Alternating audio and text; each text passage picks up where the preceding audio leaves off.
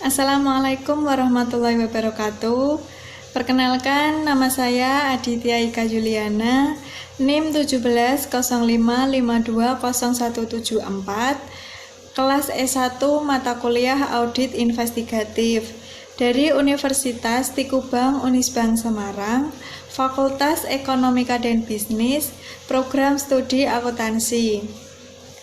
Di sini saya akan mempresentasikan materi mengenai audit investigatif yang berjudul Audit Investigatif dengan Teknik Audit. Nah, tujuan dari presentasi ini adalah untuk memenuhi syarat ulangan akhir semester mata kuliah audit investigatif yang diampu oleh Bapak Arif Himawan Dwi Nugroho. Jadi pada kesempatan kali ini saya akan mempresentasikan materi yaitu audit investigatif dengan teknik audit. Nah, dengan saya Aditya Ika Juliana, NIM 1705520174, kelas S1 Audit Investigatif yang diampu oleh Bapak Arif Himawan Dwi Nugroho. Nah, jadi tugas presentasi ini untuk memenuhi syarat ulangan akhir semester mata kuliah audit investigatif. Nah, jadi pada poin pembahasan ini yang saya akan bahas yaitu pengertian teknik audit dan teknik-teknik audit atau macam-macam teknik-teknik audit.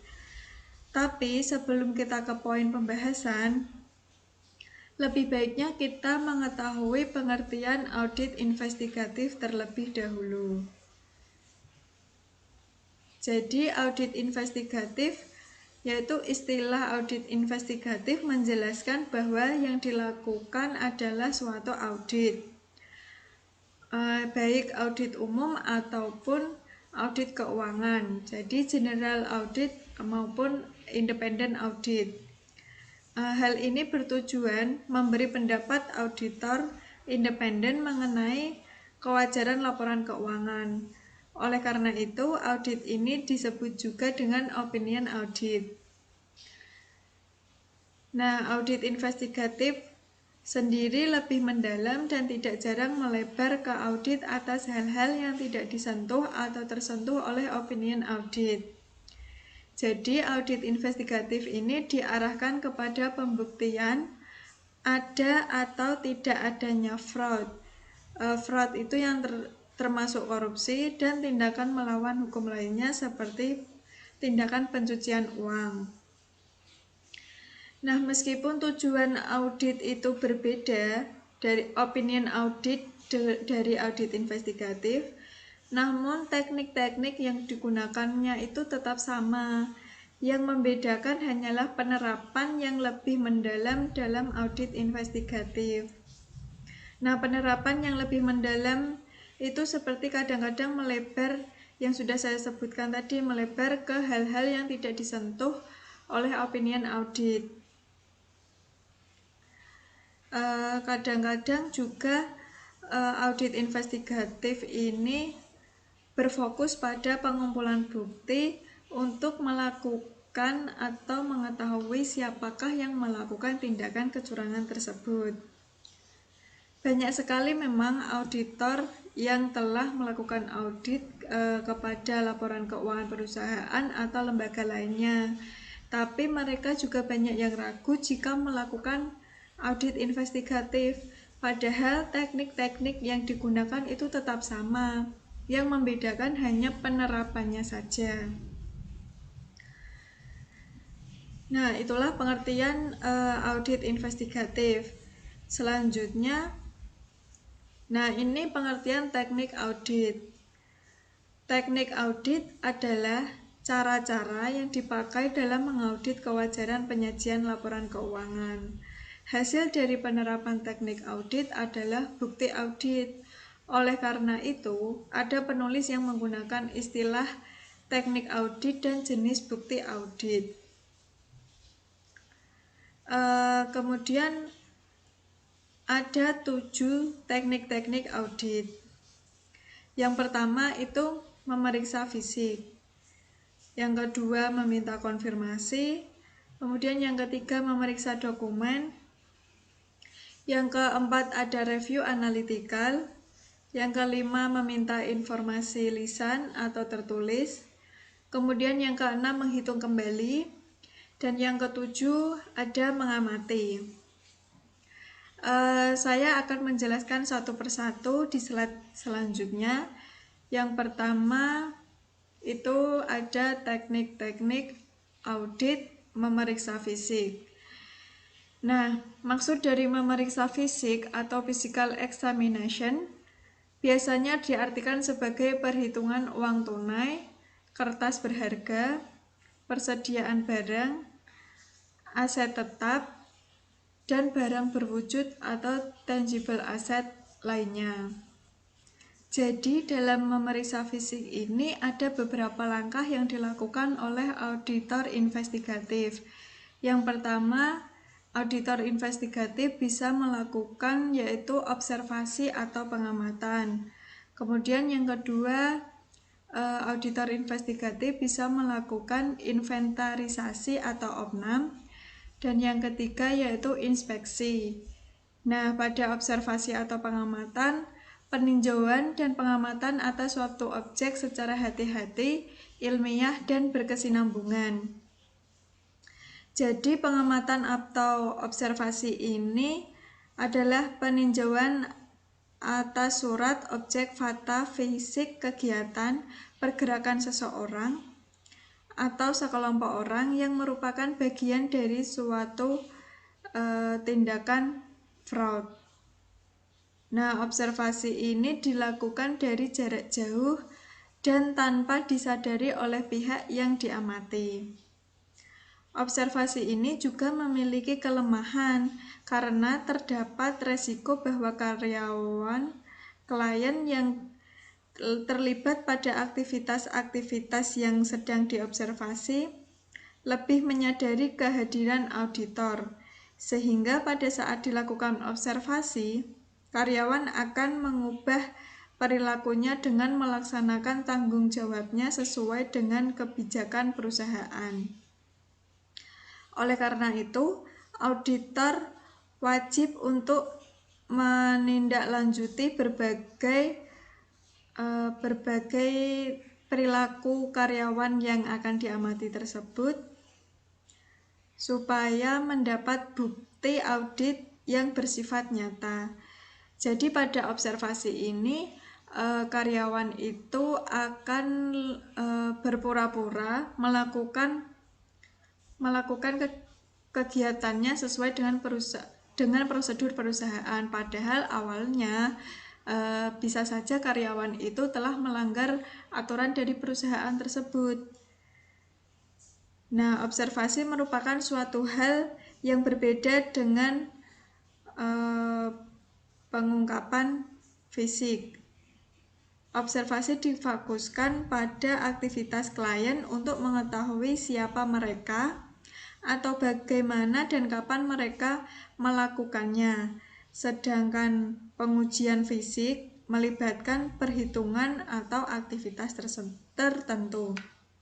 Maaf, tadi yang saya maksud itu pengujian fisik, bukan pengungkapan fisik. Nah, terdapat juga beberapa jenis pengamatan atau observasi. Yang pertama itu ada stationary of fixed point. Pengamatan ini dilakukan oleh siapa saja. Dalam melakukan pengamatan ini, investigator harus memastikan lokasi dari kegiatan yang akan diamati, mengantisipasi berbagai kegiatan yang mungkin terjadi dalam proses pengamatan berlangsung. Yang kedua ada moving or tiling. Nah, yang kedua itu pengamatan secara mobile atau bergerak, atau seringkali disebut dengan membuntuti aktivitas orang yang akan diamati. Jadi dibandingkan stationary, Ini seringkali menimbulkan resiko.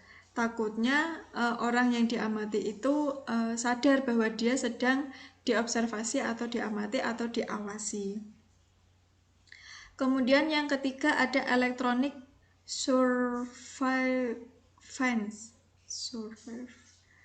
Surveillance. Nah, penggunaan alat elektronik ini untuk pengamatan menggunakan kamera video seringkali digunakan. Jadi, pada elektronik ini yang digunakan yaitu menggunakan alat elektronik seperti kamera tersembunyi untuk melakukan video atau rekaman kepada orang yang akan diamati. Kemudian selanjutnya ada covert or undercover operation. Nah, ini yang dimaksud itu adalah operasi rahasia dan penyamaran. Itu merupakan kegiatan yang legal dan diperbolehkan untuk mengamati aktivitas seseorang atau sekelompok orang secara diam-diam. Ini sangat memakan biaya yang banyak karena dilakukannya sangat berhati-hati dan membutuhkan waktu yang lama. Jadi itu beberapa langkah observasi pengamatan. Kemudian yang kedua itu inventarisasi atau opnam. Nah, inventarisasi atau opnam itu adalah pemeriksaan fisik dengan menghitung jumlah fisik barang. Menilai kondisinya baik, kurang baik, atau rusak, serta membandingkannya dengan saldo menurut buku, transaksi atau administrasi, kemudian mencari sebab-sebab terjadinya perbedaan apabila ada perbedaan antara buku dan jumlah nyata. Kemudian hasil opnam ini biasanya dituangkan dalam suatu berita acara. Jadi teknik audit inventarisasi ini dapat diterapkan misalnya untuk barang inventaris, perabot kantor atau peralatan kantor, kebun ataupun ternak lainnya, persediaan barang sejauh ada fisiknya. Jadi inventarisasi opnam ini bisa digunakan untuk yang ada barang atau ada barang nyatanya, ada nyata barangnya. Kemudian yang ketiga ada inspeksi. Nah, meneliti secara langsung ke tempat kejadian. Maksudnya di sini yaitu jadi inspeksi ini seorang auditor itu langsung datang ke tempat yang akan diteliti. Biasanya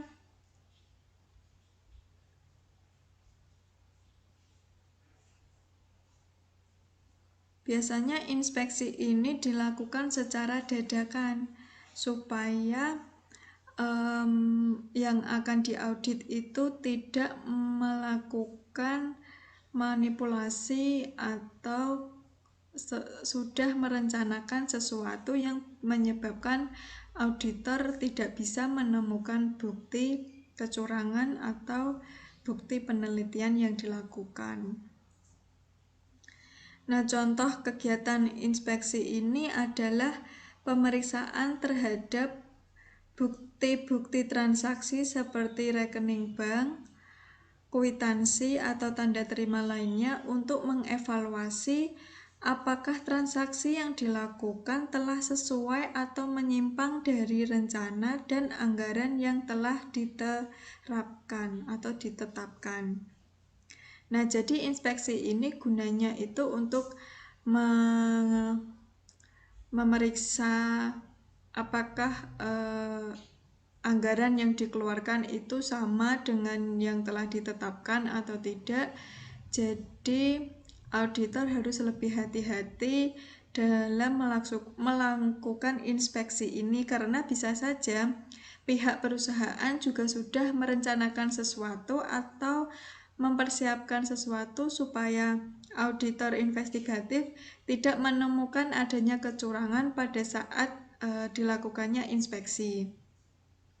Nah, itu penjelasan mengenai pemeriksaan fisik yang terdapat 3 langkah, yaitu observasi, inventarisasi, dan inspeksi.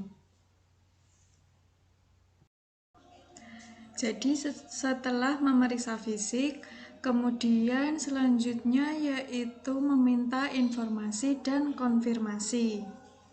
Nah, meminta informasi baik lisan maupun tertulis kepada audit merupakan prosedur yang biasa dilakukan oleh auditor. Pertanyaannya, apakah dalam audit investigatif hal itu perlu dilakukan? Apakah sebaiknya investigator tidak meminta informasi supaya yang diperiksa tidak mengetahui apa yang investigator cari? Yang bersangkutan mempunyai kepentingan dan peluang untuk berbohong.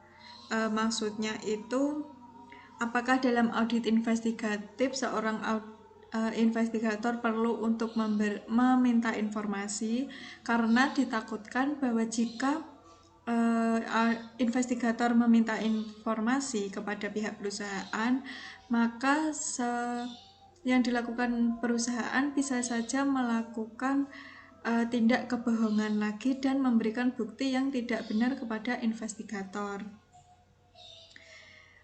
Kemudian permintaan keterangan dapat dilakukan untuk menggali informasi tertentu dari berbagai pihak yang kompeten. Pihak yang kompeten bisa berarti pegawai atau pejabat audit yang berkaitan dengan permasalahan atau pihak ketiga termasuk para spesialis atau profesionalis suatu bidang ilmu. Nah, teknik ini dapat dilakukan dengan mengajukannya secara tertulis maupun secara lisan. Permintaan informasi secara tertulis dapat dilakukan dengan wawancara, kuesioner, atau menulis surat permintaan informasi. Nah, wawancara merupakan teknik yang paling umum digunakan dalam proses investigasi dan menyelesaikan suatu fraud. Nah, suatu wawancara merupakan sesi tanya jawab untuk memperoleh informasi. Hal ini berbeda dengan percakapan pada umumnya, karena wawancara merupakan proses yang terstruktur dan memiliki tujuan tertentu. Wawancara merupakan pertanyaan sistematis terhadap individu yang bersangkutan atau memiliki pengetahuan dan kecakapan terhadap suatu kejadian, orang, dan bukti atas kasus yang sedang diinvestigasi. Nah, seorang pewawancara yang baik akan secara cepat mengetahui pelaku fraud dan dapat memperoleh pengakuan dari pihak yang bersalah. Wawancara juga membantu untuk memperoleh beberapa hal, seperti informasi yang merupakan elemen penting dalam suatu kejahatan, kemudian petunjuk dalam pengembangan kasus dan mendapatkan bukti lain, yang selanjutnya kerjasama dengan korban dan saksi-saksi lain, dan yang terakhir informasi atas latar belakang seseorang, yaitu personal background dan kemungkinan motif pelaku fraud. Nah, wawancara dilakukan dengan korban, orang-orang yang terkait di dalam suatu kasus tersebut yang sedang diinvestigasi. Biasanya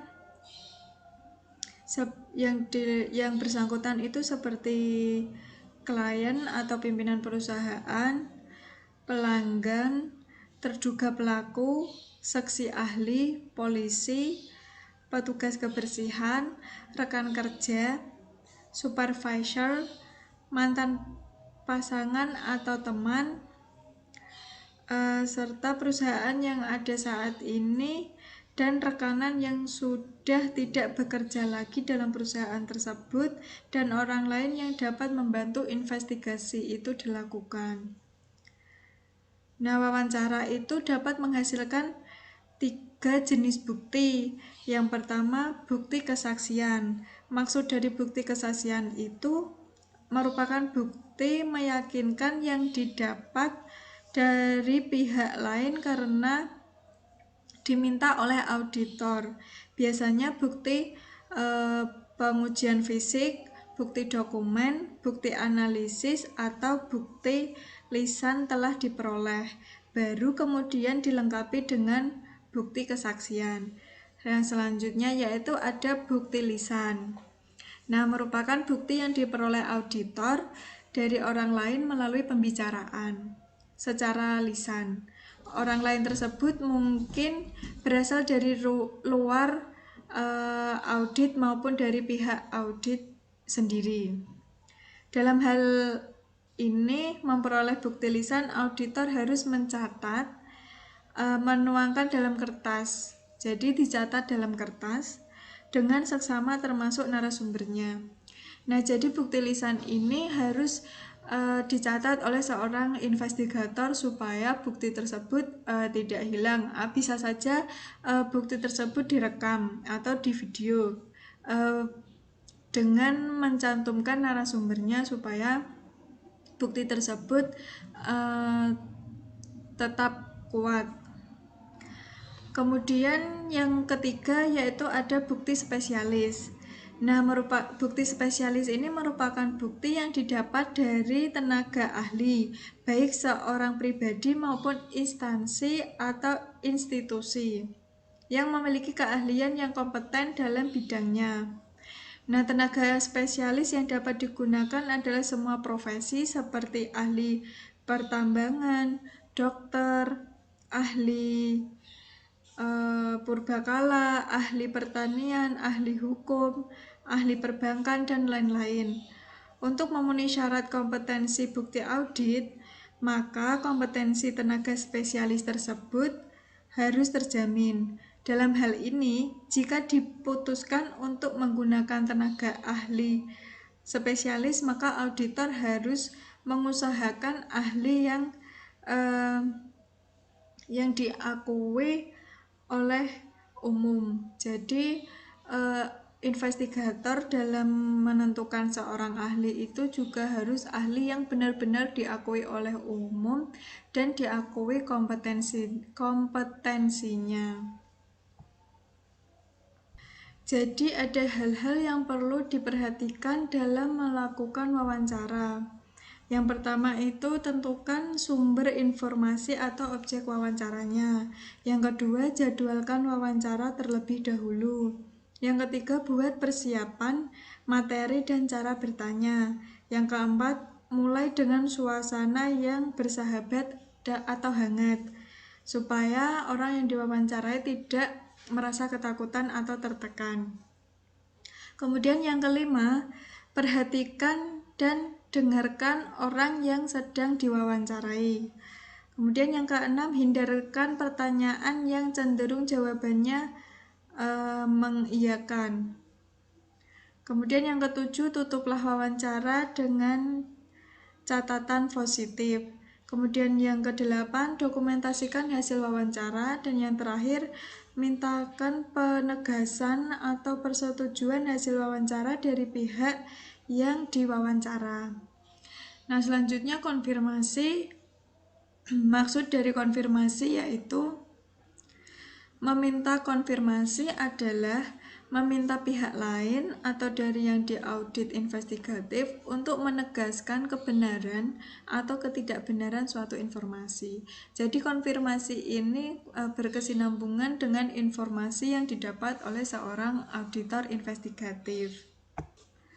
Setelah meminta informasi dan konfirmasi, selanjutnya teknik audit ada memeriksa dokumen. Nah, memeriksa dokumen ini ada beberapa langkah juga. Yang pertama ada verifikasi, kemudian yang kedua cek, yang ketiga uji atau tes, yang keempat voting, kelima vouching, keenam telusur, dan yang ketujuh scanning, dan yang terakhir ada rekonsiliasi. Nah, ini akan saya jelaskan pada slide selanjutnya maksud atau penjelasan dari langkah-langkah memeriksa dokumen ini.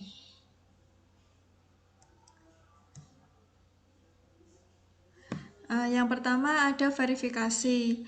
Yang dimaksud verifikasi adalah pengujian secara rinci dan teliti tentang kebenaran, ketelitian perhitungan, kesahihan, pembukuan, kepemilikan, dan eksistensi suatu dokumen. Yang kedua ada cek, yaitu menguji kebenaran atau keberadaan sesuatu dengan teliti. Jadi seorang auditor investigatif dalam melakukan investigasi harus benar-benar dilakukan dengan teliti. Kemudian yang ketiga ada uji atau tes. Nah, yang dimaksud uji tes adalah penelitian secara mendalam terhadap hal-hal secara esensial atau penting. Kemudian yang keempat ada voting. Nah, yang dimaksud voting itu menguji kebenaran, penjumlahan, subtotal, dan total dari atas ke bawah. Voting dilakukan terhadap data yang disediakan auditi.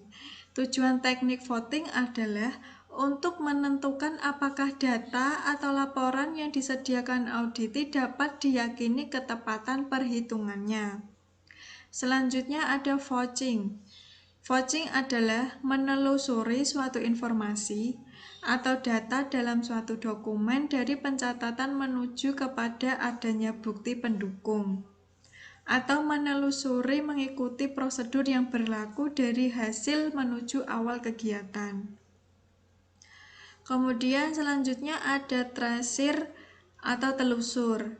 Adalah teknik audit dengan menelusuri suatu bukti transaksi atau kejadian menuju ke penyajian dalam suatu dokumen. Kemudian ada scanning. Scanning adalah penelaahan secara umum dan dilakukan dengan cepat tetapi teliti untuk menemukan hal-hal yang tidak lazim atas suatu informasi. Contoh scanning terhadap pengeluaran kas yang lebih besar dari 10 juta rupiah. Kemudian yang terakhir ada rekonsiliasi. Rekonsiliasi ini mencocokkan dua data yang terpisah mengenai hal yang sama dikerjakan oleh bagian yang berbeda. Nah, tujuan dari teknik audit rekonsiliasi ini adalah untuk memperoleh jumlah yang seharusnya atau jumlah yang benar mengenai suatu hal tertentu. Misalnya rekonsiliasi dilakukan terhadap catatan bendahara mengenai jumlah saldo simpanan di bank yang dituangkan dalam buku pembantu bank dengan saldo simpanan di bank menurut rekening koran yang diterima dari pihak bank. Yang kedua, data tersebut biasanya akan menunjukkan saldo yang berbeda karena perbedaan waktu pencatatan. Biasanya ditemukan perbedaan waktu pencatatan oleh bank dan perusahaan. Jadi memiliki perbedaan jumlah saldo yang ada dalam rekening koran. Dengan melakukan teknik rekonsiliasi ini, maka dapat diketahui berapa sesungguhnya saldo simpanan di bank yang seharusnya.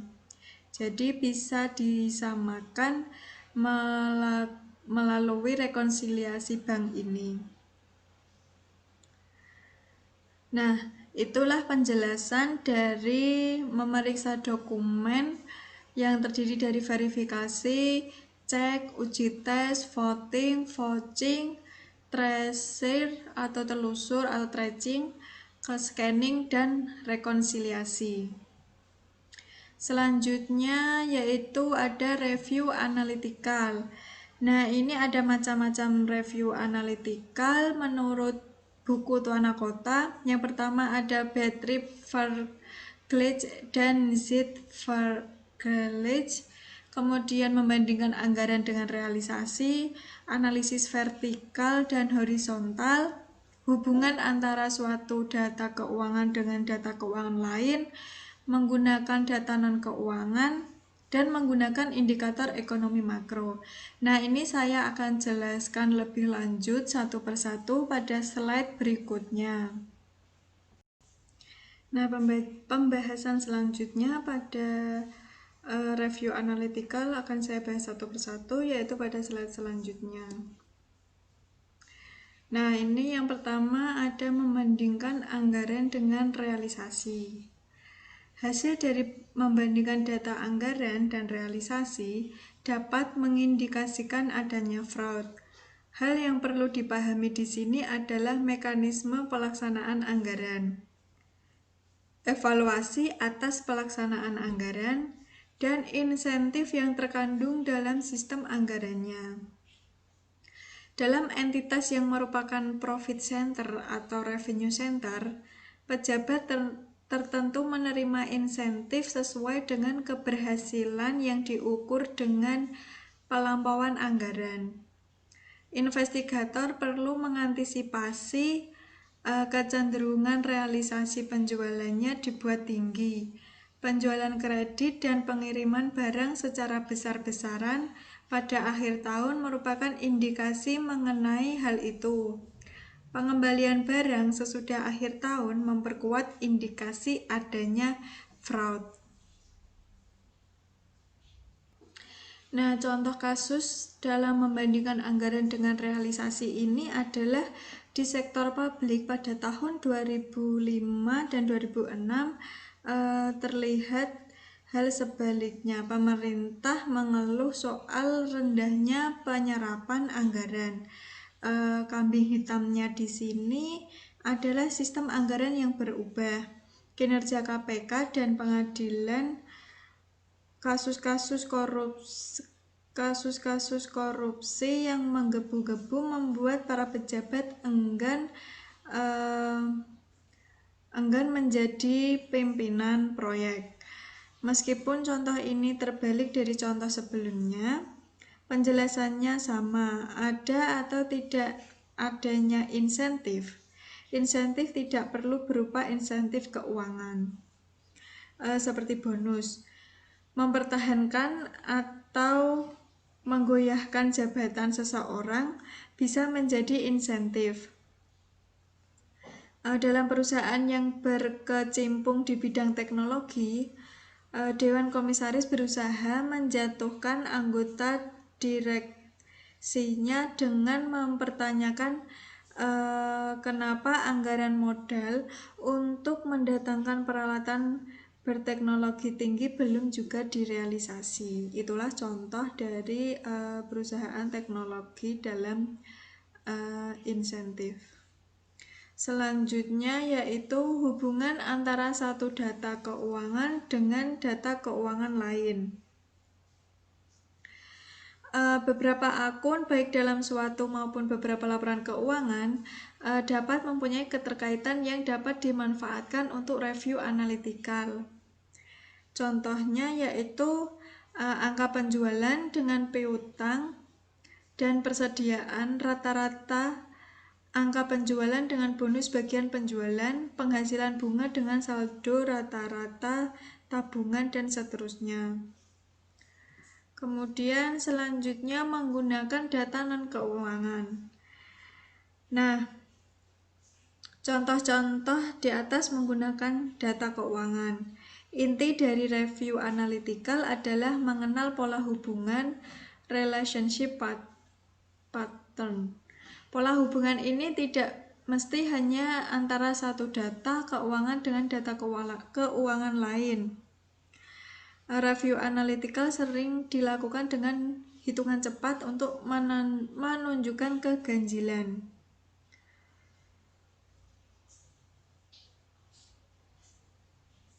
Nah, dalam bisnis, contohnya yaitu dalam bisnis perkebunan, ada hubungan antara jumlah pupuk yang dipergunakan dengan hasil produksi atau panen. Angka masukan maupun keluaran dinyatakan dalam satuan non-keuangan, seperti jumlah ton untuk pupuk dan dari sawit. Kalau pada pabrik gula ada ukuran antara jumlah ton tebu yang masuk ke pabrik dari jumlah ton gula yang dihasilkan.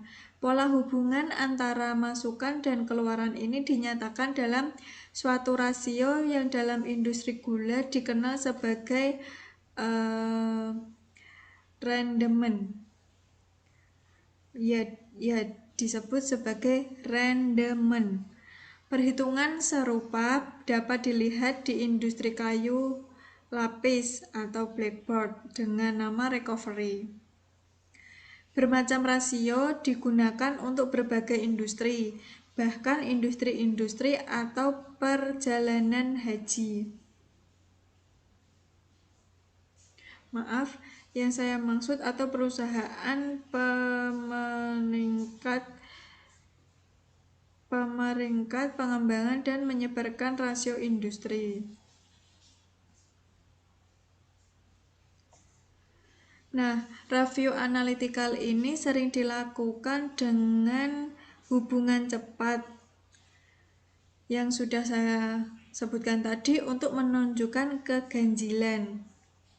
Seorang banker mencatat informasi yang diterimanya dari calon nasabah kreditnya. Dengan cepat ia menentukan bahwa pabrik dengan kapasitas besar di lokasi yang bersosialisasi tidak akan bisa berpotensi karena bahan bakunya tidak akan cukup. Semua data untuk membuat kesimpulan itu ia peroleh selama makan siang dengan calon debiturnya. Yang selanjutnya adalah menghitung kembali. Nah, menghitung kembali tidak lain dari mengecek kebenaran perhitungan. Ini prosedur yang sangat lazim dalam audit. Biasanya tugas ini diberikan kepada seorang yang baru mulai bekerja sebagai auditor yang berada di kantor akuntan.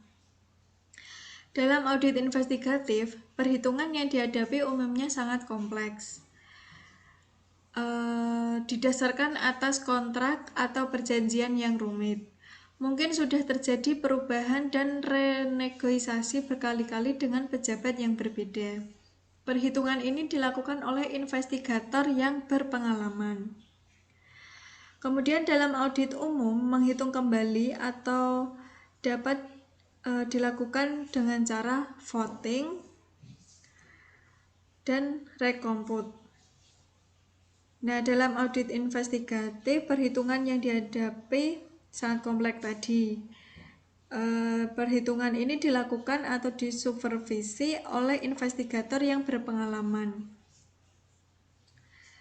Kemudian yang dihadapi dalam audit investigasi umumnya adalah didasarkan atas kontrak yang sangat rumit. Beberapa contoh perhitungan kembali yaitu perhitungan cost recovery oleh kontraktor bagi hasil produk yaitu sangat besar jumlahnya. Kalau tidak dihitung kembali oleh counterpart atau PSC atau lembaga pemeriksa independen, cost recovery rawan penyalahgunaan. Kemudian yang kedua, biaya yang dikeluarkan BUMN di mana mempunyai kewajiban memberikan pelayanan umum atau public service. Keterlambatan pembayaran PSO mempunyai dampak yang besar terhadap likuiditas BUMN yang bersangkutan. Contoh dari menghitung kembali dari audit umum yaitu voting. Voting adalah penjumlahan kolom angka untuk menentukan apakah totalnya sama dengan total yang diperoleh klien. Teknik audit voting akan menghasilkan bukti audit berupa rekalkulasi, di mana rekalkulasi ini merupakan bagian dari reperformance. Nah, reperformance itu sendiri yaitu metode pengumpulan bukti audit di mana auditor melakukan proses pengulangan aktivitas lain kepada klien, kemudian hasil yang diperoleh auditor dari pengulangan aktivitas tersebut dibandingkan hasil yang diperoleh auditor dari klien untuk mendapatkan bukti audit. Jadi reperformance melibatkan pengujian kembali atas berbagai perhitungan dan pengujian kembali atas berbagai transfer informasi. Kemudian yang kedua ada recompute. Recompute adalah perhitungan yang dilakukan untuk menentukan apakah perhitungan klien sudah benar, sama seperti vote. Recompute juga merupakan bagian dari reperformance. Nah, contoh penerapannya ini pada audit akun piutang adalah melakukan recompute atas perhitungan penyisihan piutang usaha akhir tahun. Apakah telah diterapkan benar sesuai dengan kebijakan aging schedule piutang. Nah, itulah penjelasan dari menghitung kembali pada audit investigatif. Selanjutnya kita akan membahas kunci keberhasilan seorang auditor investigatif dalam melakukan investigasi pada kliennya. Yang pertama yaitu ada mengerti dengan baik persoalan yang akan dipecahkan. Nah, apa yang diaudit investigator di pembahasan sebelumnya dijelaskan bagaimana akuntan forensik mengidentifikasi persoalan ini sejak tahap audit fraud yang perspektif sampai diterimanya tuduhan, dugaan, keluhan, dan temuan sementara. Jadi seorang auditor investigatif itu harus mengerti dengan baik persoalan yang sedang dihadapinya dan bisa memecahkannya dengan baik. Kemudian yang kedua yaitu kuasai dengan baik teknik-teknik audit investigatif. Penguasaan yang baik memungkinkan investigator menerapkan teknik yang tepat untuk penyelesaian persoalan yang investigator identifikasi atau investigasi dilakukan. Sama seperti pemancing di atas atau seorang seni pahat memilih alat yang tepat dalam setiap tahap pekerjaannya. Jadi seorang auditor investigatif ini harus benar-benar memahami dan menguasai teknik apa saja yang akan diterapkannya dalam melakukan investigatornya. Kemudian yang ketiga yaitu cermat dalam menerapkan teknik yang dipilih. Nah, biarpun tekniknya tepat, apabila pelaksanaannya tidak cermat, hasilnya pun juga tidak seperti yang diharapkan. Itulah sebabnya mengapa penguasaan atau cermat dalam menerapkan teknik ini sangat penting. Dalam audit investigatif, kecermatan ini terlihat antara lain dari cara investigator mengajukan pertanyaan, menentukan kapan pertanyaan tersebut harus diajukan, menindaklanjuti jawaban, mempertanyakan sesuatu atau ungkapan khas investigator. Adakah cara lain atau jalan lain? Apakah ini tidak terlalu bagus atau untuk benar atau too good to be true dan seharusnya. Jadi penerapan cermatnya dalam menerapkan teknik ini seorang auditor juga harus menguasainya. Kemudian yang terakhir yaitu cermat dalam menarik kesimpulan dari hasil penerapan teknik yang investigator pilih. Temuan yang kelihatannya sepele di tangan penyidik yang mempunyai pengetahuan dan pengalaman yang luas merupakan bukti yang kuat dalam proses pengadilan. Kecermatan dalam menafsirkan temuan jelas terlihat dalam komputer forensik. Jadi seorang auditor investigatif harus benar-benar cermat dalam menyimpulkan hasil penerapan teknik yang ia pilih dalam proses investigatornya. Kemudian yang terakhir kita ada kesimpulan. Terdapat perbedaan antara ruang lingkup atau intensitas antara audit general dan audit investigatif. Dalam audit atas laporan keuangan, auditor mengumpulkan bukti untuk memberikan reasonable assurance atau keyakinan yang memadai. Audit investigatif lebih dalam dan lebih luas dari audit atas laporan keuangan. Jadi inilah kesimpulan dari presentasi kali ini. Semoga presentasi kali ini bermanfaat untuk teman-teman semua, khususnya untuk teman-teman yang mendapatkan mata kuliah audit investigatif dengan materi audit investigatif dengan teknik audit.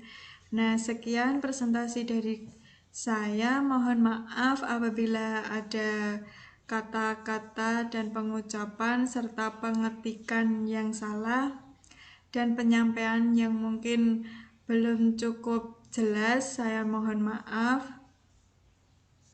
Dan akhir kata, pesan dari saya, tetaplah menjadi orang baik meskipun kita tidak diperlakukan dengan baik, karena menjadi orang baik tidak akan ada ruginya. Dan tetap jaga kesehatan, patuhi protokol kesehatan apabila kita sedang berada di luar rumah. Tetap jaga jarak, selalu pakai masker, dan mencuci tangan selalu. Semoga pandemi ini cepat berlalu dan kita semua cepat bertemu, bertatap muka seperti kuliah biasanya. Sekian dari saya. Wassalamualaikum warahmatullahi wabarakatuh. Jangan lupa di like, subscribe, dan komen ya.